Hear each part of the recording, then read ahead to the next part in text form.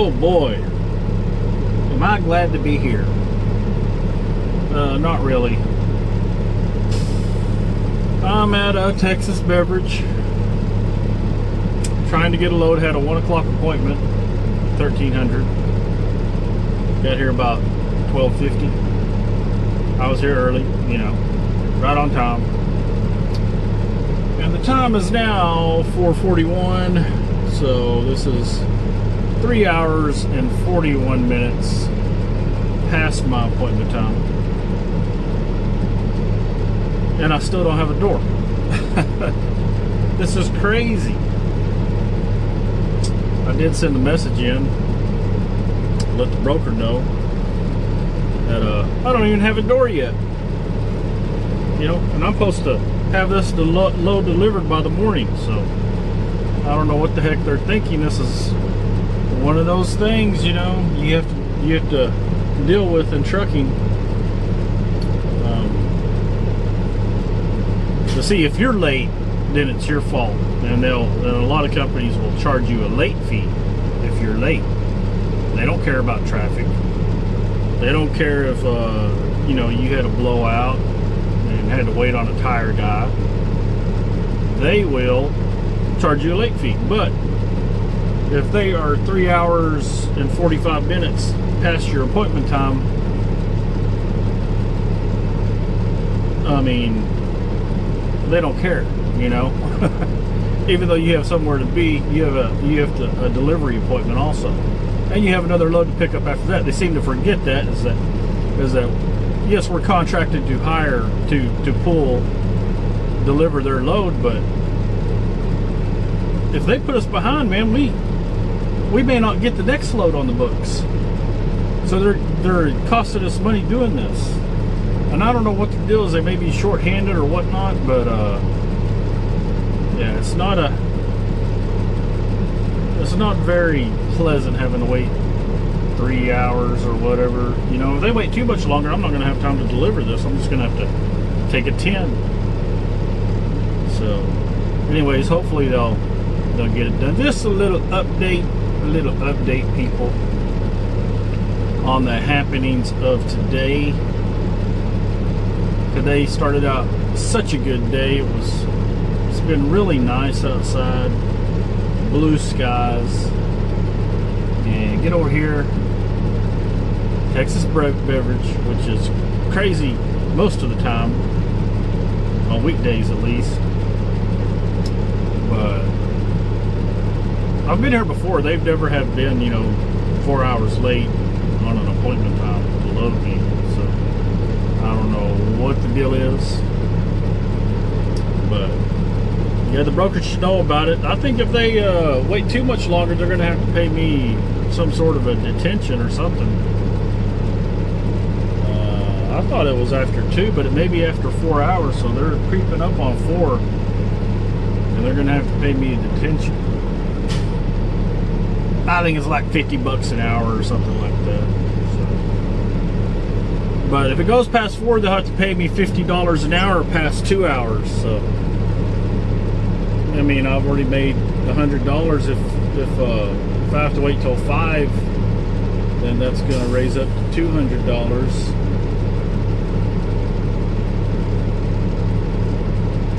And I think after 10 hours, it's $600 for layover.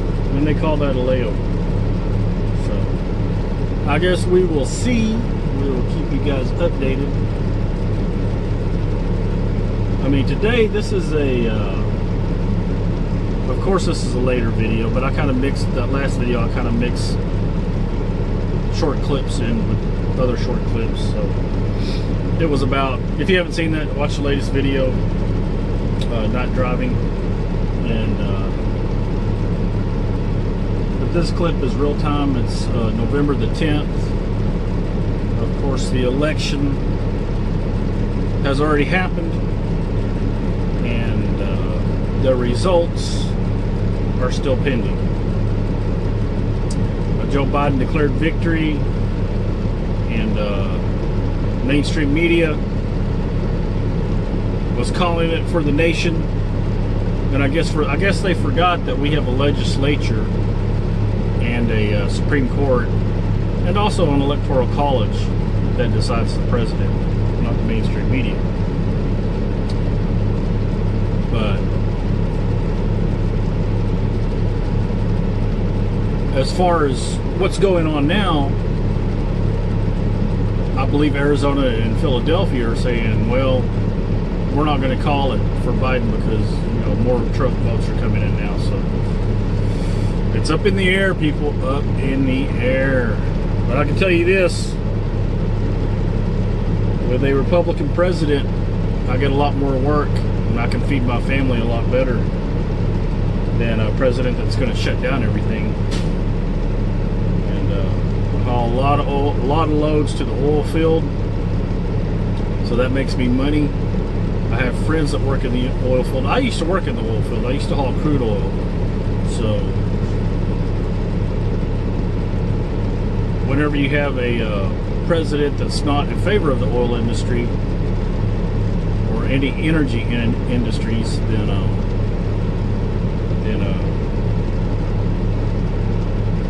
they make the oil field slow down a lot. You know, they basically have to fire a lot of people, and we don't get as many loads to that industry, and it takes money off our table, you know, to feed our family. And yeah, we need oil anyway. I mean, get over it. I mean, plastic is made out of oil. Everything, it's about any modern convenience is made out of oil in some way, form, or fashion. So just get off your high horse and realize that oil is here. It's here to stay. So we should make money at it. You know, it provides really good jobs for people, really good paying jobs. And like I said, I know a lot of people in the oil industry, and a lot of them are Mexicans. You understand that? Mexican families making really good money in the oil field. And that's just not the oil field. That is, I'm talking about service industries to the oil field. Like right now, I'm not even in the oil field, but my company, the company that I'm contracted on to, not my company, they service the oil industry. We haul loads to them. So not only is the oil industry making money, people that service the oil industry are making money. People that manufacture for the oil industry are making money. And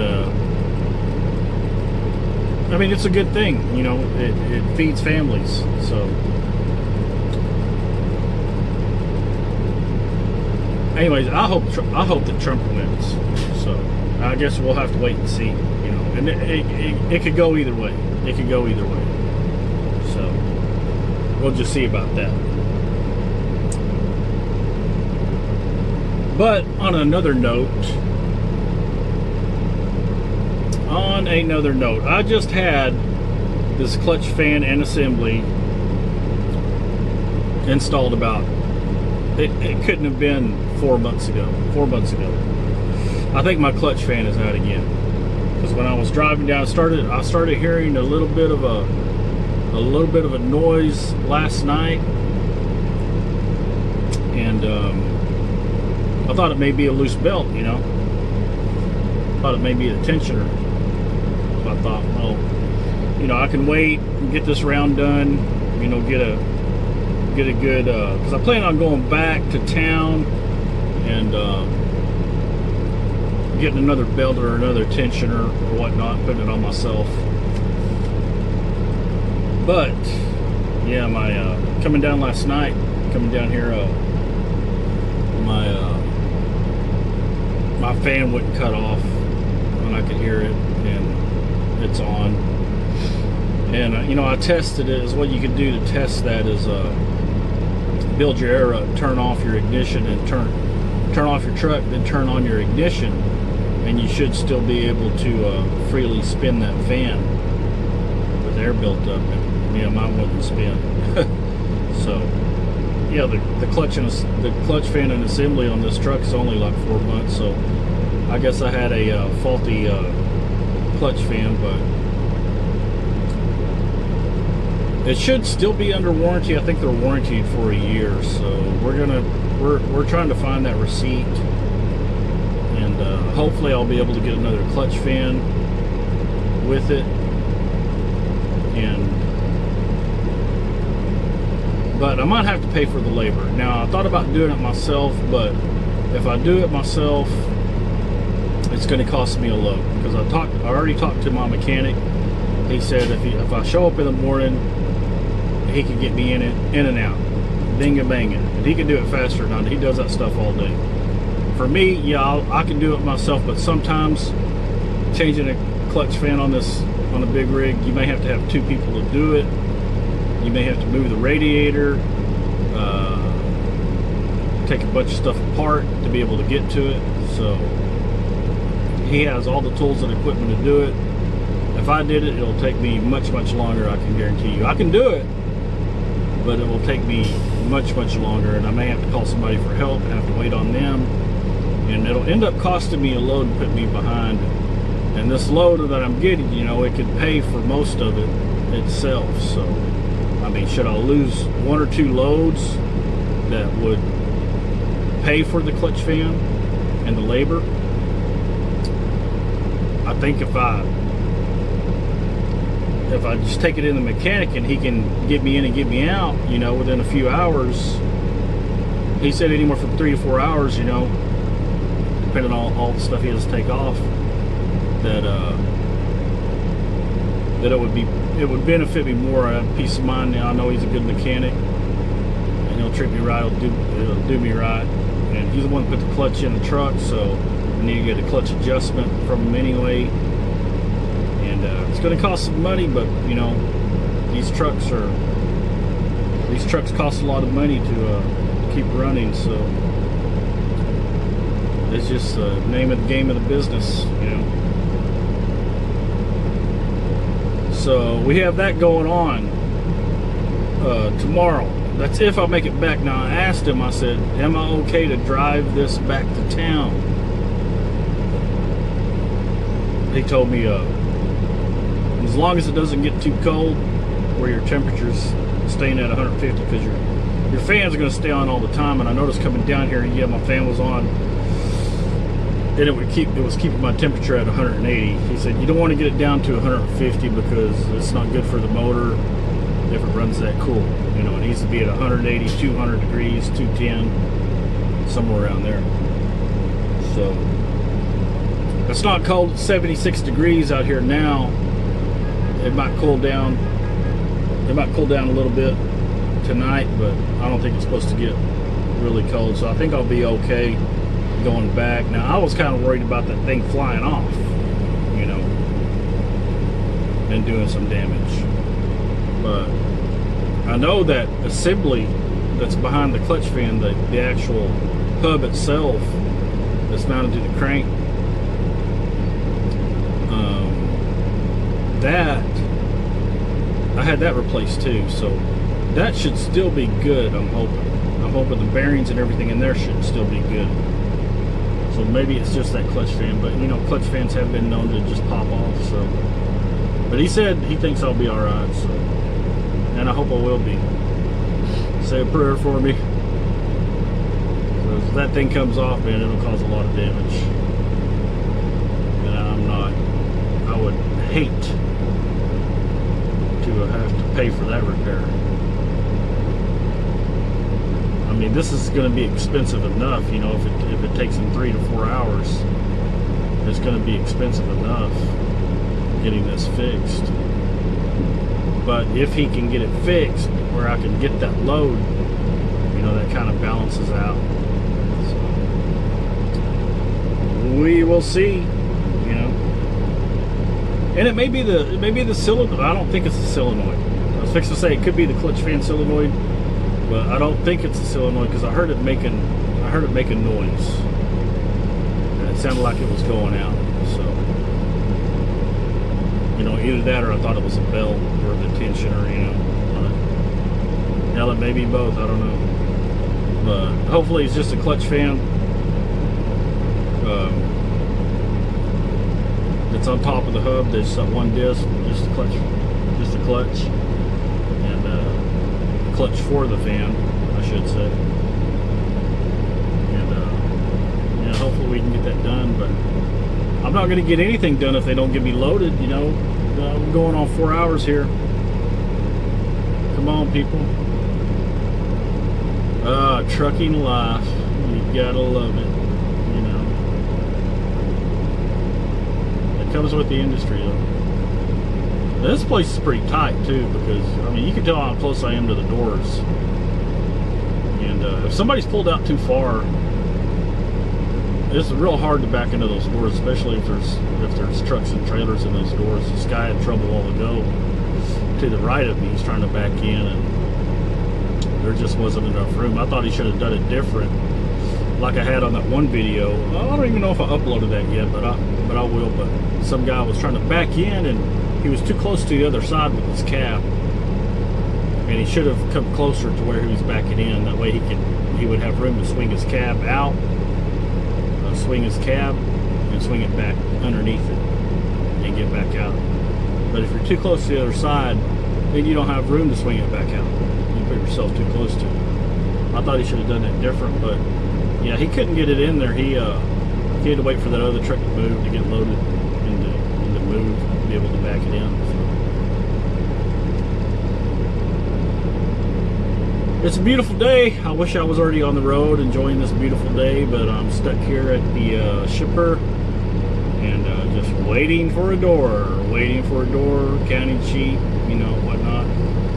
And I'm trying the cinematic mode on this camera. I don't know if it's any better or not, and that's why I wished I was on the road. If I was on the road, I could put it on cinematic and film it going down the road and see if it's any better than what I've been doing.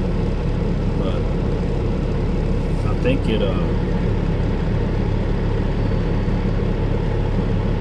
think it looks a little better. I'm not sure. I'll have to put it on video and see. And yeah, but I'm gonna have to get me another camera, because this Android, I mean, it's a good phone, but it tends to it's supposed to have motion stability, I think, and it doesn't do a very good job. See, right now I'm holding it, so it's not too bad. But a little bit of vibration, and it kind of shakes. I mean, it's kind of wavy looking, but anyways, I'm rambling on. But yeah, everybody keeps walking by my truck, man. They know my fan's on, and they're like, oh, his clutch fan's going out or already out. And I'm like, yeah, no, dude. I got a shop appointment in the morning. Quit looking at me like that. But either that or looking at my bumper. You know? Got all those lights on them. But anyways. Yeah, I'm kind of bored. Just been sitting here doing nothing, twiddling my thumbs, and watching a little bit of YouTube. I don't have a really good connection right now, but I have been able to watch a little bit. And just thought I would make a short video on what's going on, just a little update. Hopefully we'll get loaded, we'll get back, we'll get this fixed. I'll let you guys know what happens. Because I got another meat load to get. I'm supposed to pick it up tomorrow, so we shall see later. All right. We finally got loaded, and it is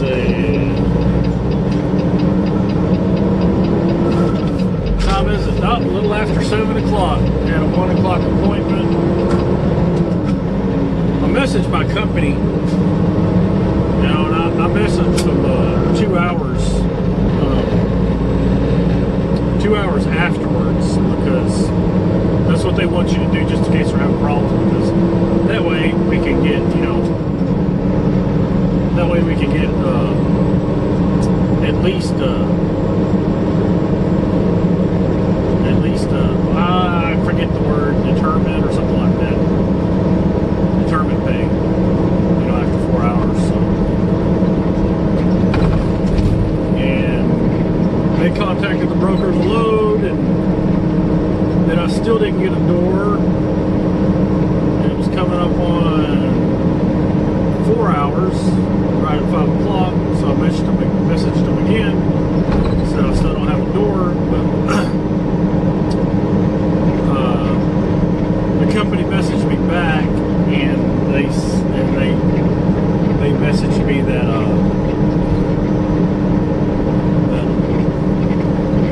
they told the broker if I don't get a door by 6 o'clock, then I was going to leave. And yeah, that's what I was going to do. But I thought I would give them one last chance. I went in there. I think that girl was new in there. They had a lot of trucks today. And the paper that you fill out actually is, you can only fit like 10 trucks on that page. You have to put your information down, your pickup number, and your time in and everything. Well, you can only fit 10 trucks on that page to see. So she was working with multiple pages because they had trucks coming in and out of there all day. And so I think on my sheet, on the sheet that I filled out to check in, she misplaced that sheet, with a few other trucks on there. And I know that because she was, when I went in there, I said, look, I had a 1 o'clock appointment, it's already almost 6. So if I don't get a door and get loaded, I'm going to have to leave because I don't have time. If I don't get loaded soon, then I'm going to run out of time. And the other lady that was in there, I guess she came in later. She said,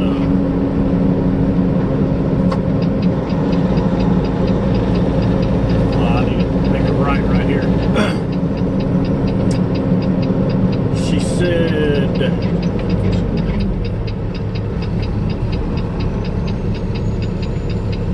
think I need to make it right here.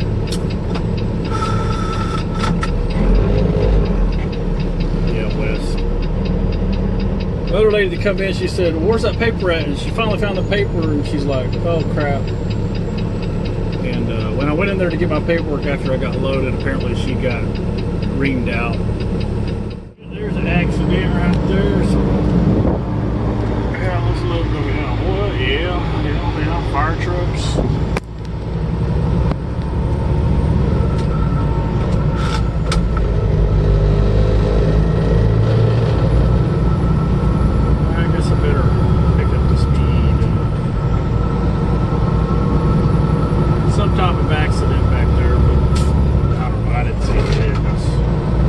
Just holding up the damn road for construction, I think. I guess it was an accident. We are off. We went to go get a trailer washout, so we are off to get that backhaul. We're on I-20, currently in Arlington. As you can probably tell from the signs. And we're going to go head over there.